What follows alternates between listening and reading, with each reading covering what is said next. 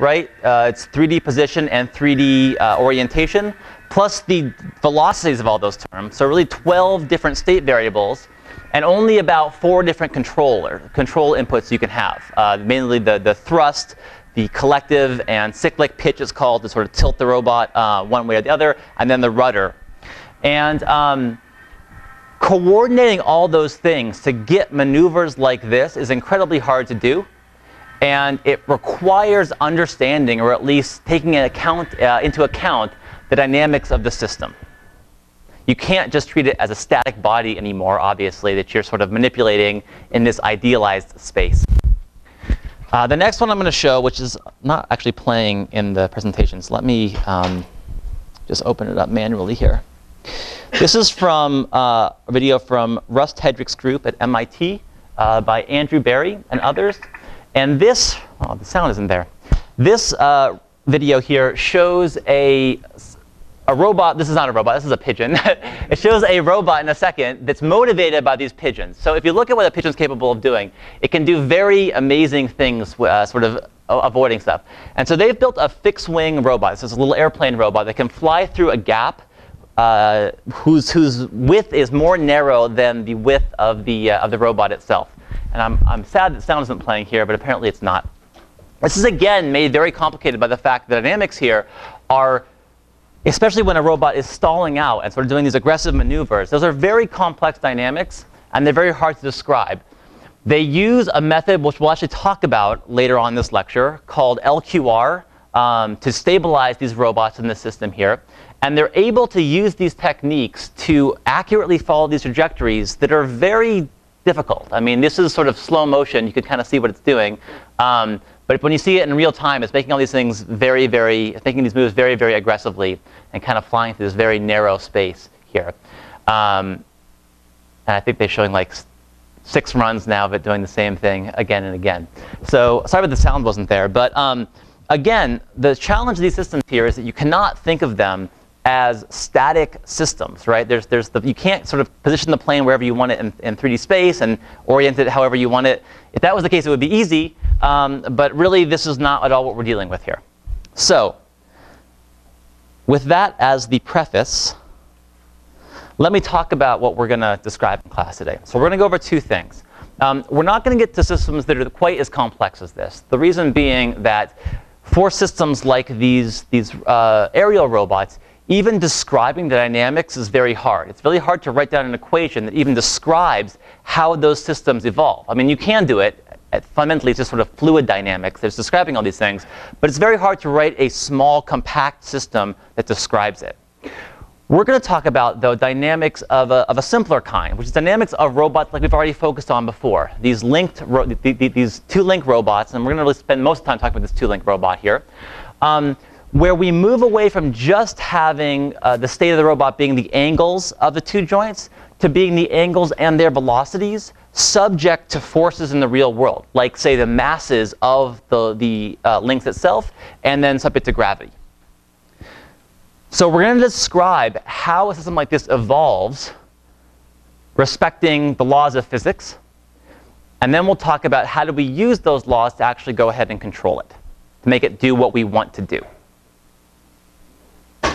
Any questions on that? All right, so let's get started. And if you thought the math for inverse kinematics was ugly, this is going to be much, much uglier. Let me plug in this. So the first thing, before, the state of the robot that we had involved really 2 things, right? The parameters of the robot, those things describing the system, that was just the length of the 2 links here. And the state was really described in the kinematic sense just by those 2 angles of the 2 joints, right? Whereas in the kinematic sense, now you have more states. Your state now includes not just the actual links themselves, but also their velocities. And hopefully you've seen this before, but if you haven't, this little dot over a variable here, theta dot, that's just a shorthand for the derivative. And actually, I'll write it as not a partial derivative. If you haven't seen that either, don't worry about when I write like the little partial sign versus the d. It's just whether the function is a function of more than that variable or not.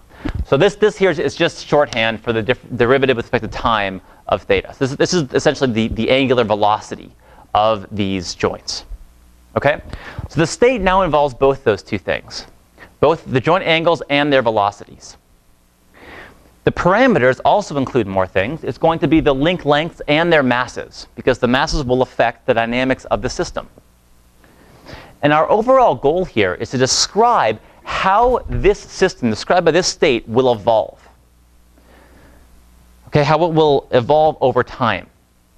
And that's really going to be a function of a few things.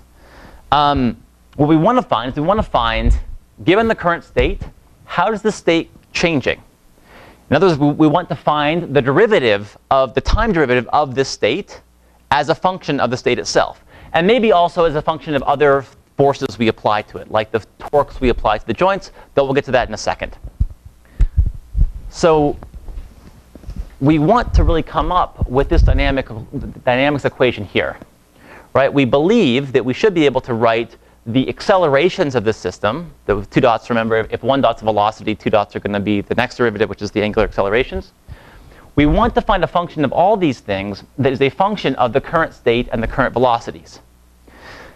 Now, these first two are easy, right? Because these two are just actually part of the state itself. So the real challenge here is finding an equation for the joint velocities, joint angular velocities, as a function of the current angles and the current velocities. And this is called the equations of motion of the system. So let's just go do this now. Who here has actually done this before, to derive dynamics for a manipulator like this? OK, great. So some people, this will maybe be review, but some people maybe not have not seen this before. So the way we're going to do this, and I think it is worth going through this in detail once. This is really sort of how, this is kind of the fundamental physics of how robots evolve over time. And it's really important when you study robotics, it's really important to know sort of how these systems are modeled in some sense. When you have things like contacts or balancing robots, this all becomes much harder. For a simple tool like manipulator, it's actually really easy, relatively speaking, but it's still quite a bit of math, even to do this. So let's just go through how we actually go about deriving the equations of motion for a robot like this. The way we're going to do this is we're going to use what boils down to a generalization of Newton's law. So everyone presumably has seen Newton's law, F equals ma, right? So the force you apply equals the mass of an object times its acceleration. All I'm going to do right now is write this in a little bit different form. I'm going to write it in a form that looks like this, called the Euler-Lagrange equations. Okay? And this equation says that the force applied to the ith body or coordinate in your system, so these in our case will actually be torques. They won't be forces, because we're thinking about the coordinates being the angles of the robot. So the force applied to the first joint, or the ith joint, equals the derivative with respect to time times the partial derivative with respect to the velocity of the ith coordinate. The coordinates here are going to be the theta values. The derivative of this quantity L, where L is called the Lagrangian of the system, which we'll get to in a second. And then this minus the partial derivative of L with respect to just the coordinates themselves. And essentially, this law actually can be derived exactly from the same principle that derives Newton's law, plus another principle called the principle of virtual work. We're not going to go into that. Honestly, I would have to look up how you do this exactly. It gets to sort of basic physics. But any textbook on dynamics will have the 3 or 4 page description of how you get to this law. For our purposes, we're going to assume this law is just the same as Newton's law for us. And we'll in fact talk about why it's a generalization of Newton's law, and we'll talk about why Newton's law is a special case of that in a second. But let me describe it first. You can think of it just kind of as a crank you have to turn to crank out equations of motion for a system. You plug it into this equation, and you will get out the equations of motion after doing a lot of algebra. So what is this term L? L is called the Lagrangian of the system. And L is equal to another thing I'm going to define, T minus U, where T is the kinetic energy of the system. That's the energy manifest in the things that are moving in the system, minus U, where U is the potential energy of the system. And in a system with gravity, the potential energy is going to be due to more or less things being raised to a certain height. So maybe you remember the terms potential and kinetic energy. Kinetic energy is the things, energy in things that move. Potential energy is effectively when we talk about it here, means energy that's built up by raising something to a certain height, because then it has the potential to start moving if you let go of it, right? And we know that these two things can kind of be traded off informally, but basically what this will come down to is just equations in both these two things. So again, F here is the generalized force applied to the ith coordinate of our system. In this case, it's going to be the torques we apply to the two joints. Okay? So all we're going to do to derive equations of motion for a two-link manipulator is write down the Lagrangian in terms of the different coordinates of the system, take these derivatives, and put it in a form that we like. That basically, in the end, what we hope to get, we hope to get something like this. Theta dot 1 equals something. And theta double dot 2 equals something. Right? Because these are the two accelerations we need to sort of figure out in order to construct our dynamics here. And so we're going to go through how you get to these two things starting from this thing. It's not immediately obvious. Or rather, I wouldn't say it's not obvious, but it's not immediately sort of the easiest math to do to get there. Is that a high-level sort of picture okay with everyone? I won't go through all the details, but I will describe the overall mechanics of how this works.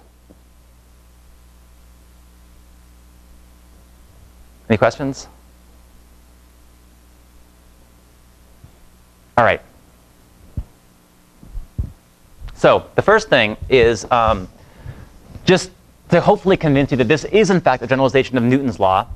If we have our entire state just being a single dimension x, which is sort of say not a rotational dimension, it's just a point that it's a particle that can move, then the kinetic energy is just equal to 1/2 m times the velocity of the particle squared. That's just the formula for kinetic energy.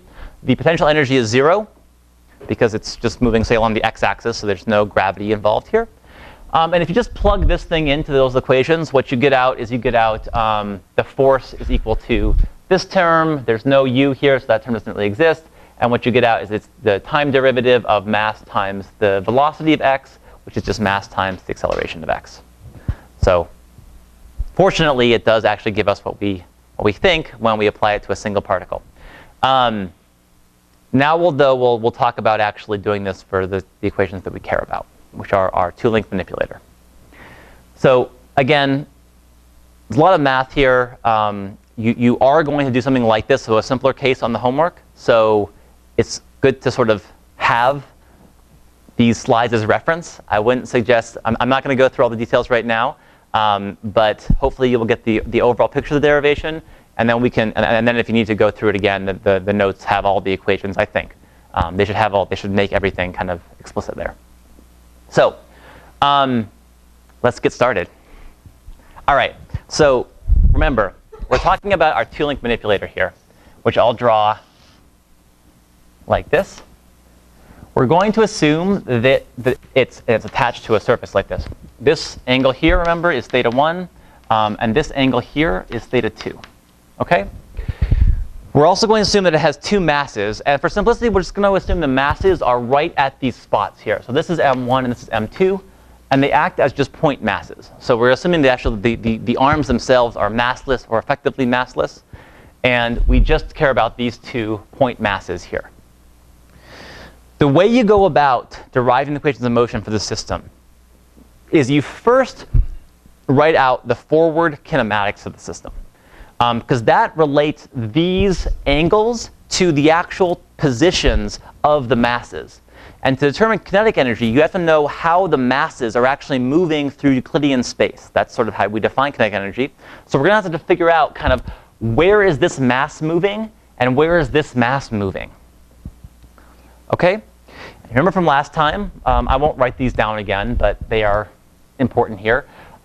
We just basically use trigonometry to compute forward dynamics, right? So for example, x1, which I'm going to refer to as this point here being x1 and y1, and this point here being x2 and y2.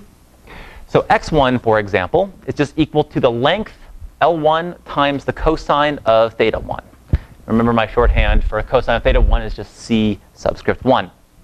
Similarly, we can do the same for y, for x2, and for y2. We can also differentiate these things to determine their velocities, right? That's just sort of, again, taking derivatives here. It also has to do with the Jacobian, if you remember that from last time. But really, you can think of this just as we're taking each of these equations, we're differentiating with respect to time. And remember, this quantity here has a time derivative, namely the derivative with respect to time. I always write those partials instead. I know someone will be a nitpicker at me for that, so I'll write them correctly here. The derivative with respect to time of theta 1, that's going to equal theta 1 dot. So for example, the derivative with respect to time of the cosine of theta 1 will just equal the negative, in this case, negative sine of theta 1 times theta 1 dot, right, just by the chain rule. So all we do is we just apply this a bunch of times here, and we get out these equations. So the time derivative of x1 equals negative L1 S1 and theta 1 dot, right? That's exactly what I wrote here. You're just plugging in these things to simple derivative rules that probably know. OK. Now, we have all these equations here. We're going to use these things to write down the kinetic energy and potential energy of the system. Those are the two terms we need to compute our Lagrangian. So, kinetic energy in general, for any particle with mass m and velocity x1 dot and y1 dot, kinetic energy is just equal to 1/2 m times x1 dot squared plus y1 dot squared. Okay, that is the kinetic energy, in this case, due to the moving mass of this first link. Now, unfortunately, this is represented kind of natively in x1 and y1, which are not our coordinates, right? Those are not the things we want to express it in terms of. We want to express it in terms of the actual thetas here. But fortunately, our equations here let us express x1 dot and y1 dot in terms of the thetas. So everything is kind of OK, right? We can always write this. In fact, we will write it in a second. We can always write this in terms of the thetas here and the theta dots. All right, and of course, you also have this other term here, m2 times x2 dot plus y2 dot. And if you take this and kind of manipulate it enough, you can express this in terms of just the thetas and theta dots like this. So how we get here is actually not entirely trivial. You'll notice something nice happens in a lot of cases. There's only one sine or cosine of theta in this whole thing, right? I mean, when you just write this down, x1 here has some sines, it has y1 has some cosine, or y1 dot has some cosines. There's lots of sines and cosines here that you're all multiplying together, and you're squaring them, et cetera, adding them together. Yet nice things happen when you do this, and kind of everything but these terms here cancel out. You do have one term that depends on theta still, but things simplify. So just to show you how this works a little bit, I'll just do this first one here. I'll leave the second one. This one's a lot more complicated. I'll leave it for you guys to think about how to do on your own. You will have to do something similar, though it's not as hard as this one for the homework. So this term here, for example. All right, so we know this term is going to be equal to 1/2 m1 times x1, which x1 is just equal to, or x1 dot squared. That's just equal to negative L1 sine 1 theta 1 dot squared plus, this is going to be L1 cosine 1 theta 1 dot. Let me know if I'm making any mistakes, because I very well might be. All right. Now, so this is also equal to 1/2, just writing these things out, L1 squared, S1 squared, theta 1 squared, theta 1 dot squared, plus L1 L1 squared, C1 squared, theta 1 dot squared. OK, now something very nice happens, because we know that the sine squared plus the cosine squared of anything always equals 1, right? So sine of theta squared plus cosine theta squared always equals 1, regardless of what theta is. So this whole thing here simplifies to 1/2 m1 L1 squared theta 1 dot squared. Okay, everything sort of goes away. And by the way, when you're doing this, you really need to use properties like that, or your math gets incredibly complex incredibly quickly. Yeah. Everything's good? Okay. This one's a lot harder here, because here each of these terms have both those two terms, and you need to know both this term squared and that term squared. That's where these two terms come from. And then the cross terms, this one times that one, and then that one times that one. That's where this guy here comes.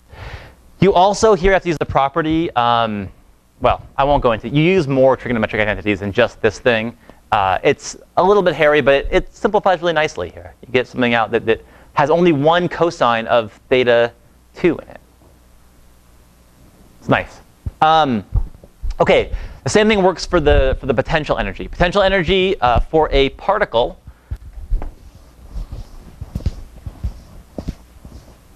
with mass m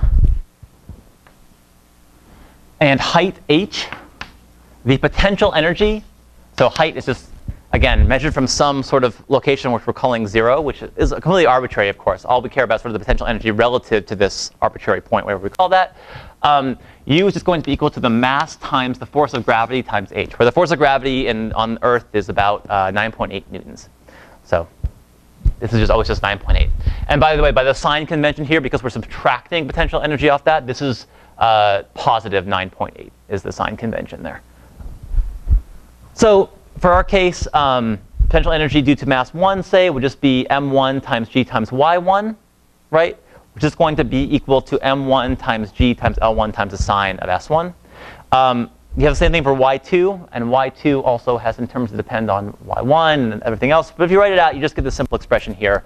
Basically, the mass of 1 plus the mass of the second link, again, the link meaning sort of the point mass on the ends of it, plus this guy here. All right, so that is our Lagrangian now, or rather this minus this is our Lagrangian now. But importantly, we've written it all in terms of the natural parameters of the system, right? In terms of the thetas and theta dots.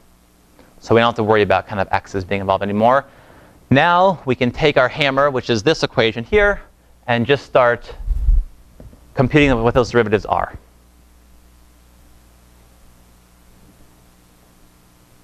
And this is what they are. So again, let's see how we do this a little bit. If we have a term in our Lagrangian that looks like this, so I'll write this term here, m1 plus m2 times this. So we have this term here, 1/2 m1 plus m2 times L1 squared times theta 1 dot squared. OK. If we want to compute, remember, the equations of motion we had here were d dt partial L partial theta dot I minus partial L partial theta I equals Fi. So we have to compute both these two things. The derivative with respect to the theta dots and with respect to the thetas of this guy, but also this guy with the potential energy terms, et cetera, in there. And really, all you can do is just do this term by term. So you have your whole expression there. You take the derivatives with respect to that thing. You differentiate again with respect to time. You get certain terms. You do it again for the other terms. You get other terms. And you have to just do it for all possible combinations here. Again, when you write these all out, terms cancel typically. And so you get a much simpler expression than you would think if you just had to do every term individually. But it honestly takes a while before you it takes a couple tries sometimes before you see how all those terms actually do cancel. Again, the example you're going to go through is much simpler than this, but this has several terms here. And we're taking two derivatives. There are 4 terms in each thing there, so it can be pretty nasty, but it isn't too bad. So if we were taking this thing, for example, this guy, the derivative here with respect to theta 1 dot would equal, in this case, this is squared, so it cancels with that, and m1 plus m2 times L1 squared times theta dot 1. Right? That's actually a pretty easy one. Now we differentiate again with respect to time. I'm computing this guy here now. And that would just be equal to m1 plus m2 L1 squared theta double dot 1. Okay?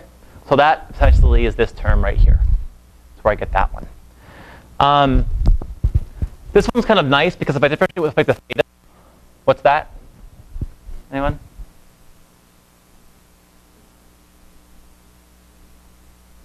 Zero. There's no theta in there. There's theta dot, which is the velocity, but if you differentiate with the theta, when there's a theta dot, it doesn't matter. It's a constant as far as the derivative with respect to theta is concerned.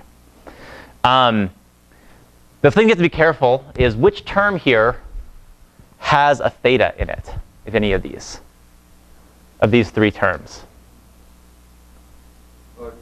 Yeah, this one here. Right? And it's kind of hidden in our notation. It's because this C2 is the cosine of theta 2. So it has a theta in it. So we have to be careful when you differentiate here. This term is going to, or rather this term here is not going to be 0 for that one.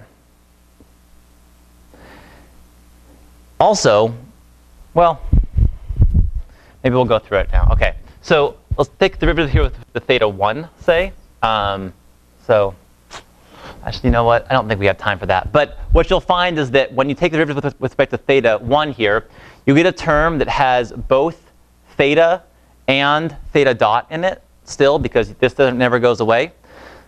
Now when you differentiate with respect to time, you have to be careful, because you have to take into account sort of this term here, which is the theta dot, as well as the original theta. You can differentiate that with respect to time too. So be careful here. Things work out. I would go through this example. If you're having trouble with the homework question on this, go through this example again and see if you can derive these things.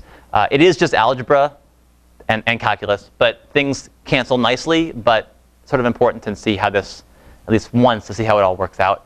Fortunately, your case is going to be much simpler than this. This, even though it shouldn't be that hard here, right? It's still 2 links, but still somehow, still a lot of math comes up here. OK, anyway, the point is, after we go through all of this, what we'll find is the first equation here, this is now with respect to theta 1, these two things, you'll get this equation here. So tau of 1, which is the generalized force we apply, mainly it's the torque applied to the first joint, is equal to this thing. And notice there are nice now accelerations here. That's what we wanted to figure out at the beginning, right? The function of acceleration as a function of all these things, including, by the way, also the torques applied, which if we don't just let the things rotate freely will be both 0.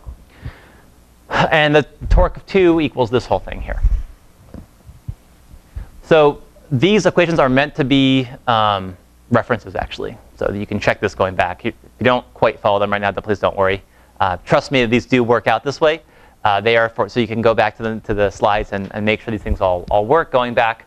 But these are the two things you get when you just plug in our equations into this equation, our sort of dynamics into this equation right here. But unfortunately, we're still not done, right? Because when we started, what we wanted was we wanted some way of expressing the accelerations, theta 1 and theta 2, as a function of everything else. So theta dots, and also, in this case, the taus. Right? So we need one more step. Which isn't very hard, but we have to just do it. And that is, we have to write these things in terms of their solution for this exactly. We have to basically solve for these two things given these two equations. So now 2 equations and 2 unknowns. And in fact, they're linear equations in this, right? Because these two terms only appear linearly. But we have to just put it in a matrix form to make it a little bit nicer.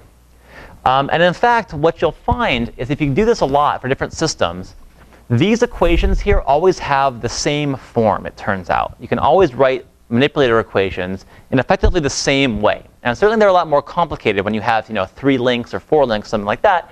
But they actually take on exactly the same form. And the form is as follows. You go through all this work, and you could write the system like this. You'll have some matrix H, which will depend only on entries of theta. This will multiply the vector of all the accelerations. And that's the only term that will involve accelerations. And furthermore, this term here, this matrix here, will not involve any velocities. It will just involve the angles themselves. All right, so that's the first term. The second term, kind of a catch-all term that captures everything that has terms with both thetas or their velocities. This is a vector now. And the last term, g, this is a vector with all the terms that have gravity in them. So certain terms will have a g, and all those terms go in here. This is just convention, and I'm only writing it this way really because, I mean, I could combine these two terms, for example, right? They're both just a vector of values. They don't have anything to do with the theta 1 and theta 2 double dots, so we could kind of just lump them together. But you'll see this equation a lot if you ever do robotics. It's called the Manipulator Equations, and so it's good to at least know where it comes from. Essentially, all that's happening here is you write down these equations here, you lump terms in certain ways, and what pops out always are equations that look like this. So they're called the Manipulator Equations, and they are kind of a standard form that's kind of nice to work with. And for our sake, this is finally nice, because now, finally, we have an expression for the accelerations. Right? Namely, if we just take this equation and oh, this whole thing equals the torques. Namely, if we take this whole thing here and solve for theta double dot, the accelerations, we can write this down in a closed form, right? Theta double dot here, we just multiply both sides by the inverse of this matrix. Theta double dot equals h theta inverse times tau minus c minus g. That finally are our equations of motion for this system. Okay? And that really is all it is, but it still takes a little while to get there, right? Those are the sort of going through physics, how we get to there. Now, maybe I should have shown this first, because this is kind of what's cool about this, or what all pops out of this, is this. So what I'm doing now is I took those exact equations, and I'm just integrating forward in time. And one thing that's very interesting here is this is just following this little thing here. I'm putting no forces on it. I'm just setting up the pendulum, at a double pendulum here, at this location here, and just letting it do whatever it wants.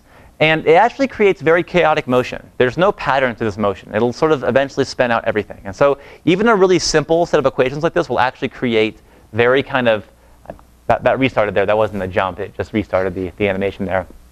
But it's really kind of unpredictable chaotic motion that comes out of these, I mean, about the simplest robot you could come up with. I guess the only simpler one would be a single pendulum. And that one actually is pretty regular, right? That just kind of swings back and forth. That one you can predict fine.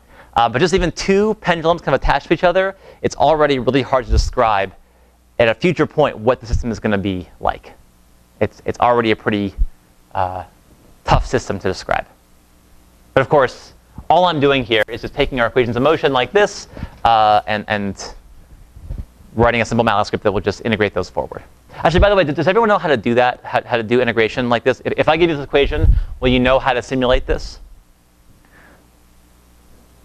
I'll say it if not. I'm doing it actually really in the simplest way possible. If you have some state, so my state here is my theta variables and my theta dot variables. Right? And all I'm saying is this thing at time t plus 1, this is set equal to the thing at time t, so theta and theta dot at time t, plus some little step size, delta t, times the derivative of these things, which is just this thing, of course, here. It's going to be equal to delta t times theta and theta double dot. Okay? This is called Euler integration. It's just really the simplest thing you could do. It's just sort of, I take my derivatives, I move my system forward by taking a little small step in those derivatives. And there isn't much more to it. It's really inaccurate. By the way, it's horribly unstable, all these horrible things about it. But it kind of works OK as long as this is small enough. Delta t here. I think in this case, I took delta t to be 100th of a second. It kind of works OK. I also picked the length here to be both a meter and the masses to be both 1 kilogram. Though their units are arbitrary, really. All right, so So fun, right? We have a little like ragdoll simulator there. No collisions or anything, kind of actually cool. But it's fun to write for the first time and see a pendulum kind of swinging around, following exactly the laws of physics that you would expect, just derived from your equations here. All right, so that's dynamics. That's how we write the dynamics of a system. Now, going from this to something like an airplane, right, or a helicopter, that's not trivial. And I would even say that's well beyond the scope of this course. This is a very, very general introduction. So all we're talking about here is dynamics of the simplest robots possible, which are these manipulator robots. But even given that, now we have the question, suppose we wanted the robots to actually do something. Say, move to a certain point in space. This is fairly useful, right? Because all our previous work and motion planning and stuff like that, it kind of assumed that we could, in fact, move the robot where we want it to go.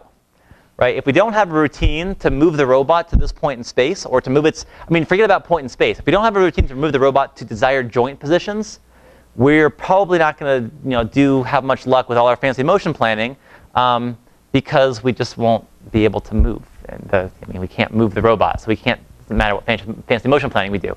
And movement of a robot, even a fairly simple robot like this, is kind of intrinsically tied to its dynamics, right? Because you can't just think of the robot as floating in zero gravity or without any inertia. You have to think about actually what happens when you need to move the robot to a point, taking into account the fact that gravity does exist and the robot does have some mass there.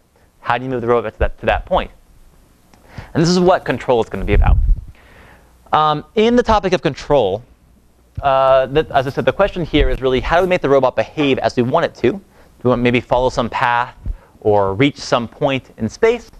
Under the constraints of the robot, namely the dynamics of the system, it has to behave according to these physical laws. So how do we do that?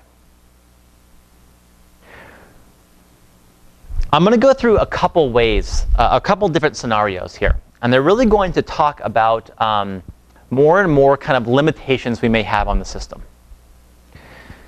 Right, so the simplest case is the case where we have our robot here, and we have a motor at each joint, so we can move this joint, namely, actually I shouldn't say move. What we really can do is apply torque to this joint, so that tau that we derive in our equations, we can set what tau is, and we can apply a force to that joint too. Right, that's sort of the inputs we have to our system. Now we want to say, let's try to get somewhere with that. The harder case, though, is what if we don't have a motor at each joint?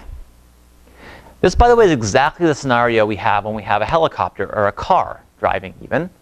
Because a helicopter, as I mentioned before, has 6 degrees of freedom, or 6 coordinates essentially, and you have only 4 inputs. Similar to the car, a car even driving on a plane, that really has 3 degrees of freedom, right? It has its 2D position and its orientation. But we don't have 3 inputs. We have 2 inputs. But basically, and you can think of these as sort of very ideal inputs here. We can sort of move the car forward or backward, or we could turn the wheels of the car. We can't even rotate the car. We can just turn the wheels of the car and move the car forward or backward. So we can't arbitrarily, in these scenarios, like a helicopter or like a car, we cannot arbitrarily control or arbitrarily apply forces to all the coordinates of the system. So for those that know the nomenclature, any holonomic system is going to, and you think of holonomic constraints, there's constraints that basically mean we can't move the thing arbitrarily in our space. Those things are not going to be like this. We can no longer apply forces to each coordinate independently. So that's a scenario called under-actuation. And it's a whole domain of robotics that focus on under-actuated robotics. Because we do not have an actuator for each possible coordinate. I'm going to focus at first, though, on the case where we do have that. And by the way, the one scenario that happens is usually in manipulators, right? Usually in an ARM, they go ahead and they put a motor on every single joint. They don't leave some joints kind of floppy. Sometimes they do, or have passive joints, right? They just have a spring or something like that. But we won't worry about that. We'll assume that we have a motor at each of these points here. Okay? At the very end then, very, very briefly, I'll talk about how we go beyond that. How do we can control the system somehow when we do not have a motor on each joint. Okay, but now let's assume that we have the ability to apply torques to each coordinate of the system that we want to. We know the dynamics of the system, so we're going to assume those are known. We derived them in our last set of equations. All we want to do is take those dynamics and make the system behave as we want, namely follow some path. Even in joint space, by the way, if you wanted to convert to task space, you can always do this inverse kinematics. But just in joint space, we want to follow some path. Or maybe just even bring the robot to some desired position, which I'll call theta star. That's all we're kind of looking to do here. Now, we could look at kind of really detailed, look at the dynamics of the system, figure out exactly, will this exact set of inputs here integrate to give us the position we want to? That's pretty complicated, though, right? And it seems to kind of ignore the fact that this seems like kind of a simple problem, right? Here's our problem. We have motors on each joint, and we want to get the joint to reach a certain point in space. Or not even in space. We want to get the joint to reach a certain angle. Well, one thing we can do, obviously, is just apply, if the joint, if we have some system here, and our joint is currently at angle theta, we want it to be at angle theta prime, well, we just apply a little bit of force or torque this way, maybe in proportion to how far apart these things are, and that's just that's all we do, right? That's kind of simpler than worrying about this whole dynamics of the system and, these H matrices and theta double dots. Let's ignore all that. If we want to simulate it, we'll actually simulate it with this thing. But when we talk about controlling it, let's just ignore that and just apply force that's proportional to this difference. I use the word proportional because this is, in fact, is called proportional control. It's kind of the simplest thing you would do, right? We take our current position, theta 1, take the desired, and the scenario here is we're trying to get the robot to a certain point where the point is described in terms of the desired joint angles.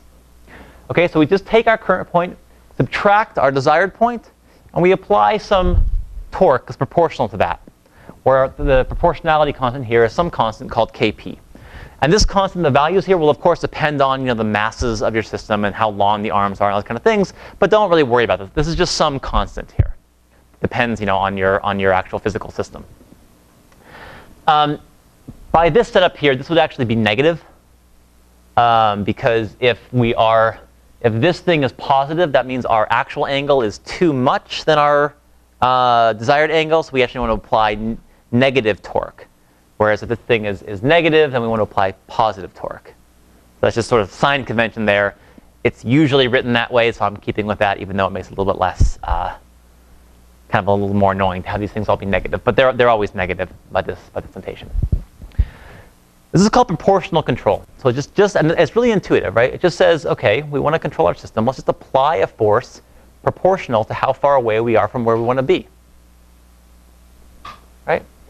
Let's see what it looks like. Who thinks this is going to work well in our last system? Who thinks this is not going to work well?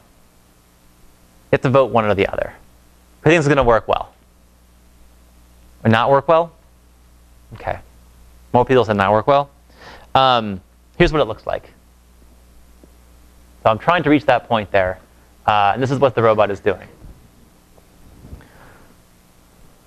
And I'm restarting there. So essentially, at every point, we look, and I'm drawing it here in joint space, but what this actually is, this desired angle here, the first desired angle is pi over 4, and the second angle has to be pi over 2. So it kind of be like a crooked elbow like this. It's trying to get there, believe it or not. So what's happening here is, well, I'll show the plots too. So this plot also now will show, this top plot shows the angle. So the dotted lines there are the desired angles. The solid lines, green or blue, are the actual angles for angle 1 or angle 2. These show the actual velocities, and these show the torques we apply. Okay, so actually I'm going to show a lot of plots like this. They're always going to be angles, velocities, and torques. So what's happening here is that we're far away at first, right? So we're far away here. We want to apply some force to get to here, right? So we start applying force. The thing is, force causes acceleration, right? That is still Newton's first law, which second law, I guess, which we know we're following here. So force causes acceleration, and as long as we are not at this point yet, we're going to keep applying, in this case, a positive force, right? So this whole way, we'll apply some positive force, then we're here, apply some positive force, here, apply some positive force. It's getting smaller as we go, but it's still applying a positive force, which is raising the speed of the system. The speed starts going up. By the time we actually get to where we want to get to, we're already going too fast. We got there, but we're going fast, and so we blow right past where we want to be. And then we start kind of making corrections the other way, and we just start swinging back and forth. It's like, if you're driving or something like that, and you steer one way, and then you overcorrect always, and you just start oscillating around. You don't want to do that, right? That's not a good thing to do. So the problem here is that proportional control alone is overshooting. So we're doing kind of the right thing. It's not like we're just kind of flopping around randomly. We were kind of getting towards that thing in some odd sense of the word. But we're not actually ever there. We're never settled there. And you probably have a good intuition about what's wrong here, too, and what we could do to fix it. Namely, we kind of have to slow ourselves down as we get to the point, right? We want to get there, but we also want to kind of get there while going the right speed, namely 0. And the way you can fix that or overcome that problem is you add kind of a drag, an effective drag term. So there's two things going on here, right? First of all, we want to be at this position, theta 1 star and theta 2 star. Right? Those are our two desired joint angles. But we also want to have some desired velocity, namely 0 here. Right? We want to have 0 velocity when we get there. So we're going to still penalize this. But we're also going to add a penalty for being too far away from our desired velocity. Right? And if these things are 0, all this is actually just a penalty on the velocity terms. Again, the convention here is that this gain is going to be negative. What that actually does, if you've seen this before, is that effectively is acting like a friction force almost, kind of slowing everything down. And if we start going with, start moving at some velocity, there will be a force opposing that motion, proportional to the velocity that we're moving at. If we have actually a desired velocity we want to be moving at too, this is a little different, but still, intuitively, this is kind of what we want to be doing, right? This is saying that we want to both reach our desired position, but also while going at the desired velocity. And again, here I'm using d equals -20, but those are arbitrary. Those are just from my choice of masses and weights here and integration time step. I should also add here, I think I mentioned this before, but might not have actually. I'm assuming that these things are unbounded in all cases, so we can apply as much torque as we want. Of course, in reality, this is going to be limited.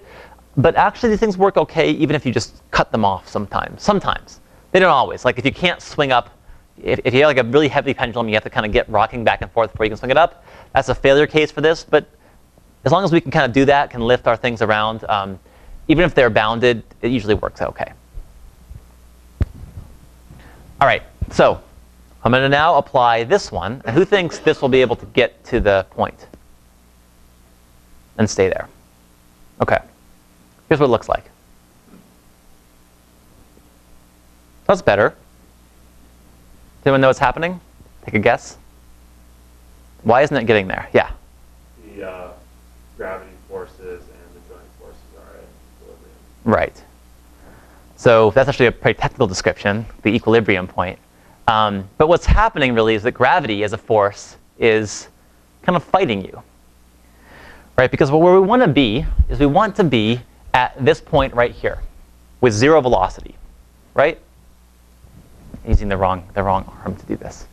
The problem is, by this control law, if we are there, we're going to be applying 0 force.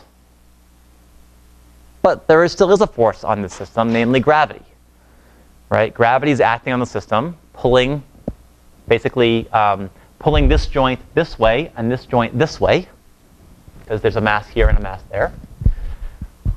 And so the forces are at this point. If we ever got there, we wouldn't stay there very long, because gravity would pull us away. And there is this magic point, exactly what you said, where the things are in equilibrium, where essentially the forces of gravity and the force that you are applying, because you're trying to get to the location where you're not, those balance out exactly, and you just stay there. That's the equilibrium point he was mentioning. So that's what happens there. So it's a lot better, certainly. And you can also, by the way, make this pretty good by just making these numbers really high, modulo the fact that this might cause, if they get too high, you might start making a lot of things you don't want to happen. Like you just are applying major forces, saturating your motors based upon a millimeter difference of where you want to be, and that's probably not a good thing. But you can make that pretty good. If the things aren't too heavy, you can make this pretty good. I'm picking examples here so that this is not achieving it exactly, but you can do pretty well with just PD control. So this thing is called PD control because there's a proportional term and a derivative term. All right. So what next? How do we solve this problem? What was that? Okay, that's one way of doing it. What's the other way of doing it? Anyone? There are robotics people here, so I wouldn't be asking because it's the content of the lecture, in fact. But how else could you do it? PID. So PID is that's the integrator, right? The I is the integrator. So that's a perfectly good way of doing it, which we'll get to in a second. But I actually want to mention a different way of doing it, which is using our I should say this is what it looks like. Here's the plots here. So we get to our desired velocity. Actually, we get to zero velocity. We have to because we know it's not moving at the end, right? But we don't ever get to the desired position.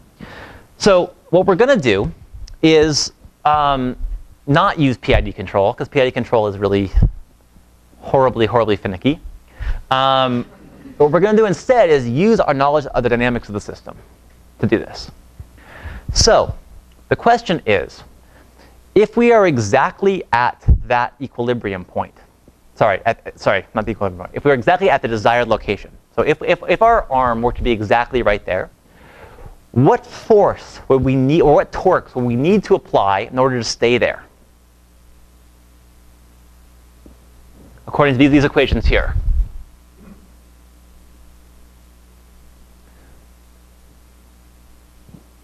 What should our torque be?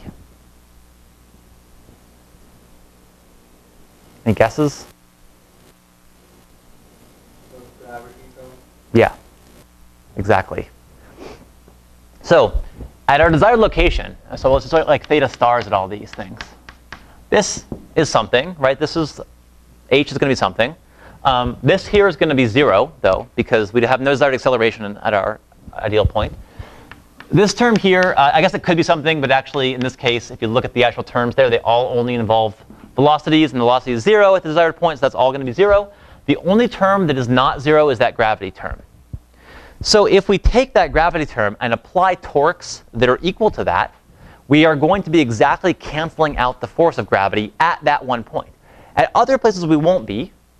Other places we're going to be in sort of not quite at the right gravity, but at that point we will be canceling out gravity. So the way this works in general is, and this is called feed-forward control typically, because you add a term that kind of is the ideal term for where the ideal forces for where you want to be, even if you aren't there. What you do is you find what's called kind of either the feed-forward or the open-loop torques that would keep us at the desired position. So we want to find some tau star such that this equation holds. The forces are in balance at that desired position. And in our case, since these velocities are all 0, and actually sort of the accelerations here, all we have here is t star equals the gravity of theta star. And so this is our final form. It's just our torques are equal to this ideal torque here plus these terms here. And now, finally, it's able to get to the desired point and stay there. Now, importantly, this can cause some problems too. If your sort of forces at the optimum location are so far from the forces you want at the beginning location, you can actually get in some trouble here as well. But typically, it's a lot easier to work with, assuming you know the dynamics, than something like an integrator term.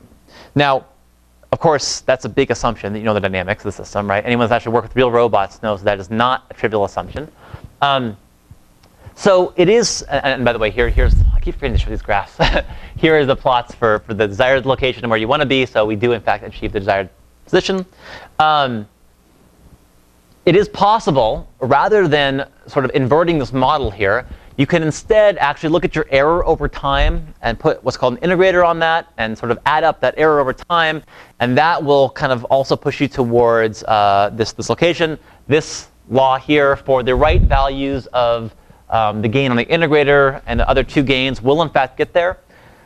The integrator term can be tricky, though, right? Anyone that's also worked with robots will know how much of a pain that is, because if you do something like, I mean, essentially, for those first few seconds where you're really far away from where you want to be, your integrator is still building up, right? So you're still accumulating error here. That has nothing to do with your final actual state you want to be at. So you have all those weird terms you need to sort of get rid of from the beginning here by averaging them out. You know, the more you get to the final solution. When you do integrators on not just reaching a point, but actually tracking points, that gets really hard because now you have to have a different integrator term for each different point you're trying to track. It gets really annoying. So if you can invert dynamics, I shouldn't say invert dynamics. Inverse dynamics is another thing. It's a little bit different. But if you can sort of take your dynamics function, use it to figure out open loop torques to apply, that can be a great thing. But you can't always do that. Namely because you don't always have this nice model in closed form here. We just do because I am simulating everything here. So we, in fact, I know the exact model that we're using. All right. So that's how we control robots. At least how we control a two-link robot to reach a point in space. What about when something a little more complex? Actually, are there any questions about where we are now?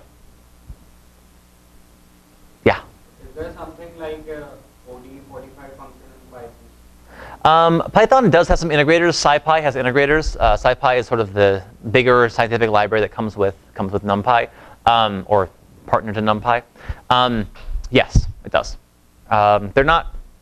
MATLAB's a little nicer, I'll be honest, for these kind of things. But I'm just using Euler integration here, and actually I was using MATLAB here, to be honest, too, because it's faster for me to write that. For stuff like this, at least. But Python has all the same things, yeah. I won't make you write these in Python.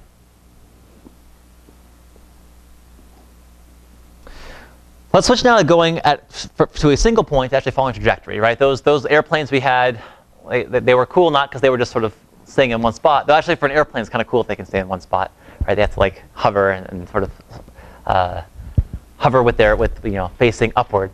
But let's go from there to actually trying to follow a desired trajectory. So having, instead of just one theta star, we actually have theta star which is a function of time.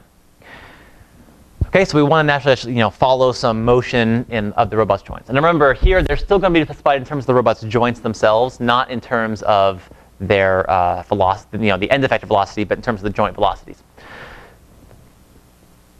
Pretty much everything we talked about before still applies. Pretty much exactly the same way. So I'm not going to actually even talk about it that long. For example, we could still apply PD control, where rather than this being fixed, now this is just varying.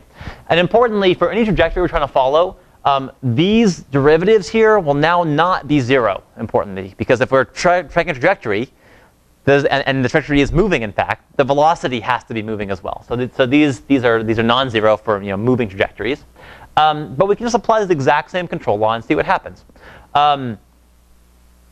It's going to have this exact same problem as before. And in fact, actually, before PD control would have worked in zero gravity, because the only thing, if everything else was zero gravity, this will not even work in zero gravity. Assuming there is inertia to the system, you will still kind of fall behind. This is what it looks like. So I'm trying, and I started actually kind of far away, but I'm trying to track that point. And it's kind of doing OK. And maybe it sort of slips because of the gravity here, but it's kind of doing OK. It's sort of tracking it. But the same problem is occurring. Namely, we're always a little bit behind where we want to be because we're not applying any force. Because even if we are exactly at a certain point where we want to be, we would apply zero torque. So we're going to fall behind then, right? We're not going to keep up with where we want to be. So the solution, as before, here integrated control is actually a lot harder, right? Because there's a different feed-forward term you want to apply that depends on where you are in the space. So integrator term is a lot harder to specify here. You can do it, by the way. It has to just be kind of like an integrator function rather than just a single integrator term.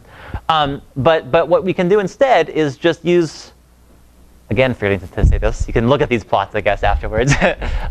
Again, all we have to do is take our desired position velocities, and now also desired accelerations, because those are also going to be non-zero, and just plug them into this thing to find now a time-varying torque that we have to apply.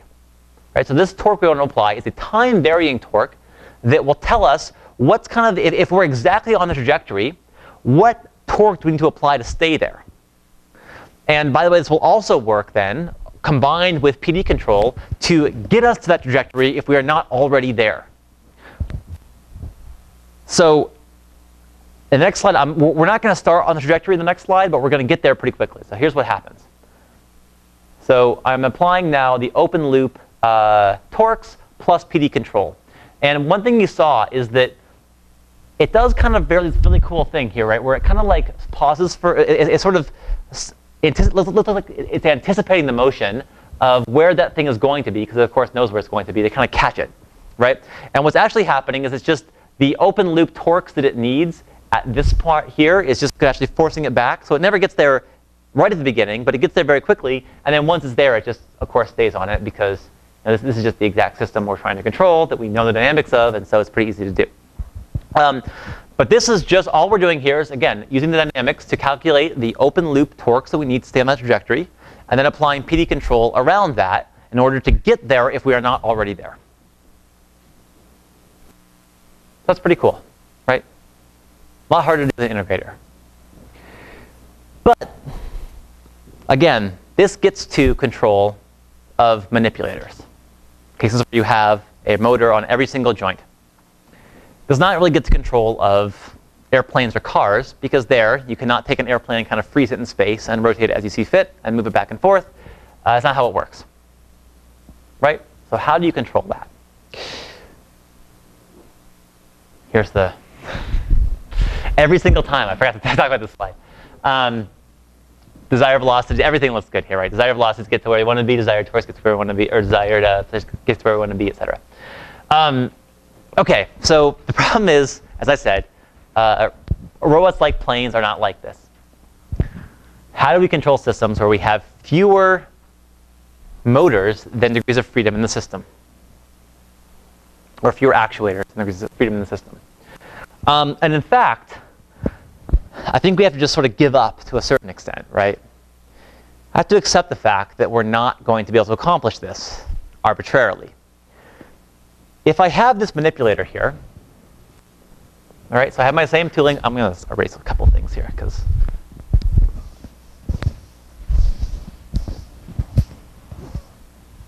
all right, so we have our manipulator here.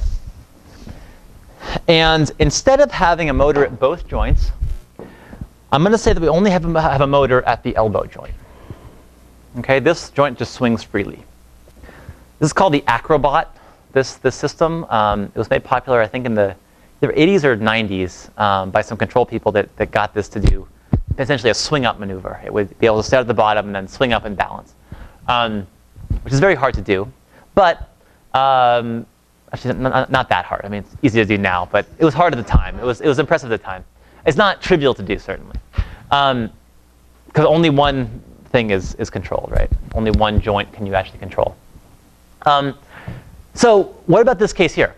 So this is our same tooling manipulator, except we don't have any torque to apply at the first joint. This is always equal to 0. We only can apply torque 2. First of all, if we try to do this, you know, think about, forget that one, just try to do this. That's going to be impossible, right? We cannot hold that location. If we ever were there, this would just swing immediately down. We cannot, obviously, control the robot to act arbitrarily when we do not have control over all its actuators. There's a very limited subset of points that we actually can control the robot around. But there are still some. So you know we cannot reach and maintain this one, but there are still some positions we can reach and maintain.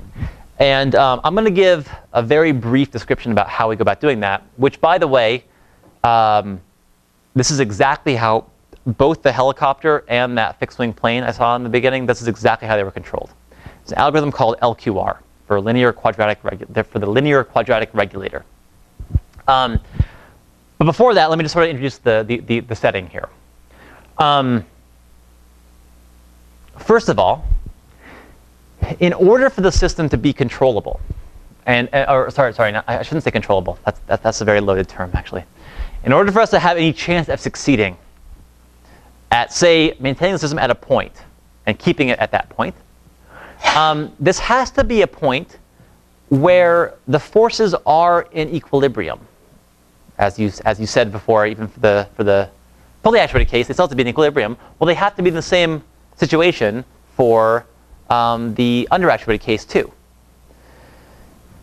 Namely, in order for this robot to be at a position and stay there, there has to be some setting of torques and angles such that 0 and tau 2 equals the gravity forces, right? Because otherwise, gravity will exert a force on this that you cannot balance, or that is not in balance with the torques being applied, and so you'll just fall. You'll fall out of it. And this is just as we've mentioned before. This is called an equilibrium point of the system. So for example, one thing we might want to do is take this robot, again, with only an actuator at the elbow. And, well, actually, I'll give two cases. Here's a pretty easy one. Let's maintain at that position, right? Just down. That's probably that isn't too bad. You know, you move it a little bit, it'll just kind of naturally go there. Maybe there has to be a little bit of friction in the gears, but whatever. This one's a lot harder here. We do this one instead. This is an equilibrium point of the system because at the exact upright position, the forces are all in balance. There's zero gravity force pulling because gravity can only pull kind of somewhat perpendicular to the, or only will move the system if it's pulling. No gravity torque. There's no. Sorry, what was that? There's no torque.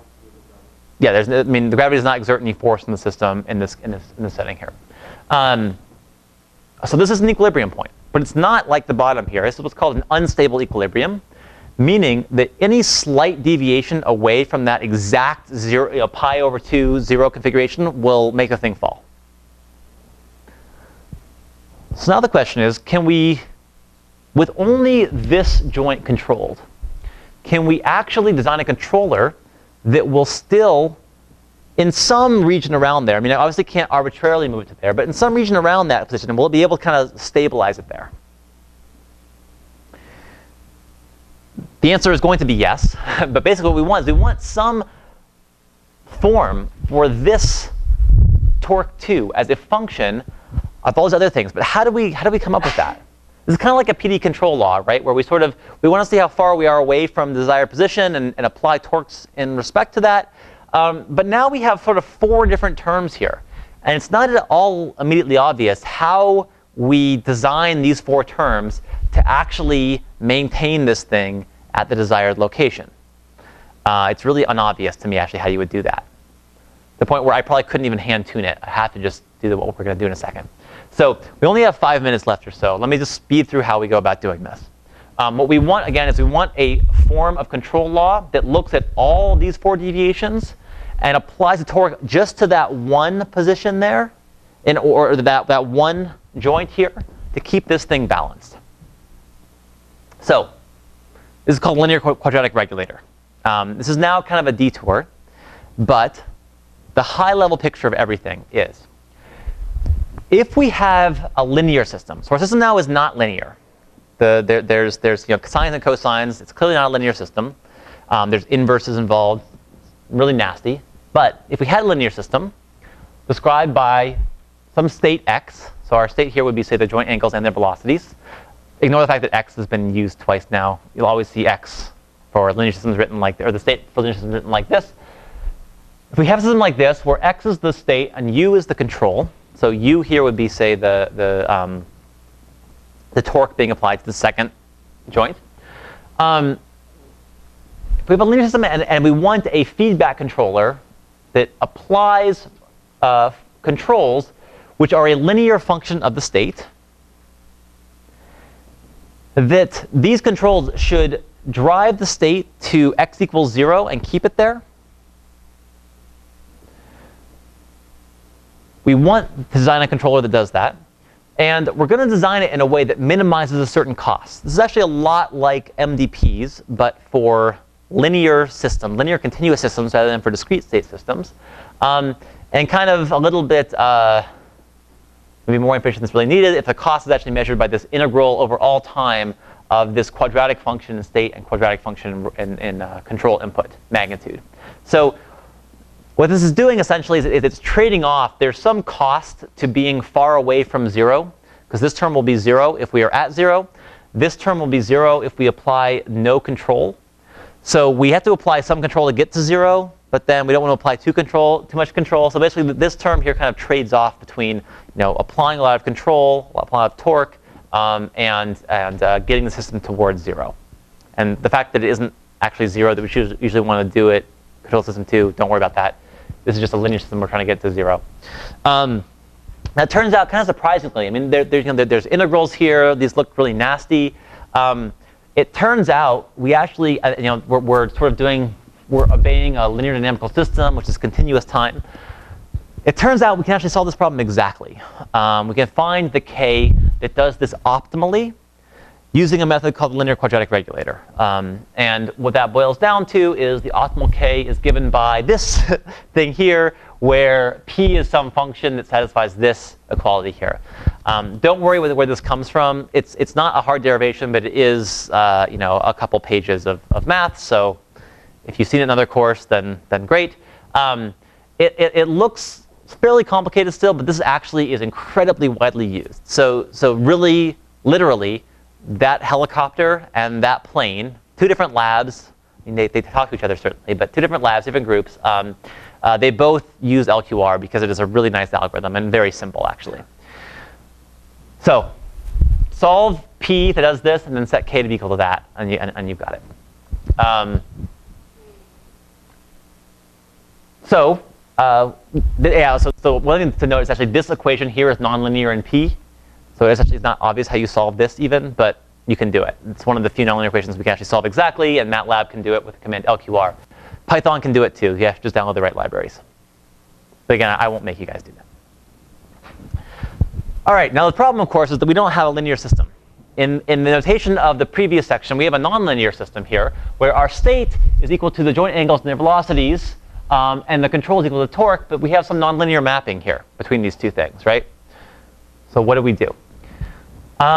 Here's where this sort of remarkable property comes up of nonlinear control systems.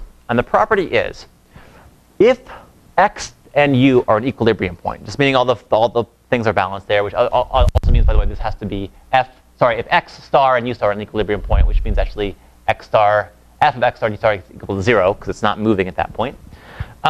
If that is true, and we have a controller that stabilizes a linearized approximation of the system. So this is actually just taking the system and forming the first order linear approximation to it. So these A and B matrices here are just the derivatives with respect to the state and the control around that point. This is very high level, so don't worry if the details here are a little bit fuzzy.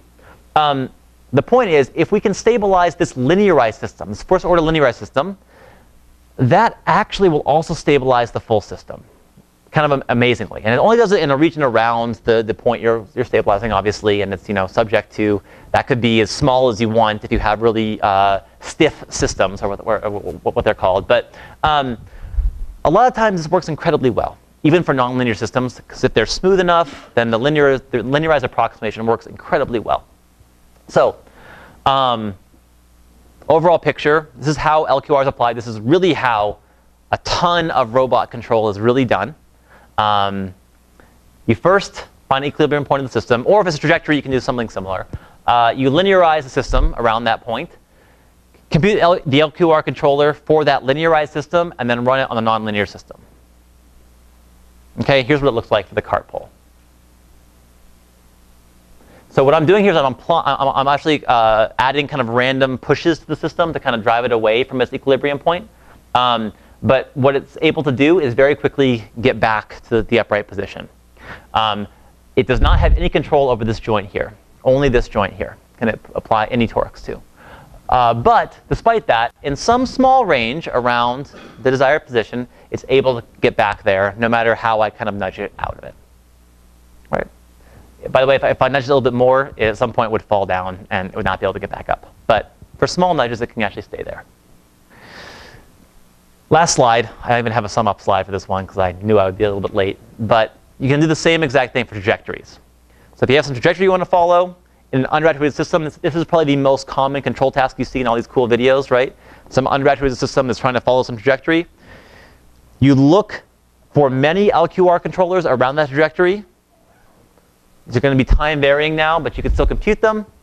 And you just apply these LQR control laws to the undergraduate system to control it around a trajectory. That's how you get things like that helicopter and that plane flying through a narrow gap. One note here is the hardest part oftentimes here. This actually assumes this trajectory that you want to track is actually feasible in the system, right? You actually have to be allowable. Often the hardest part is actually just finding a feasible trajectory in the first place. But if you can do that, then this technique works very well. Okay, that was all of robotics in 2 days. So hopefully that some of that was intelligible. All right, see you next time.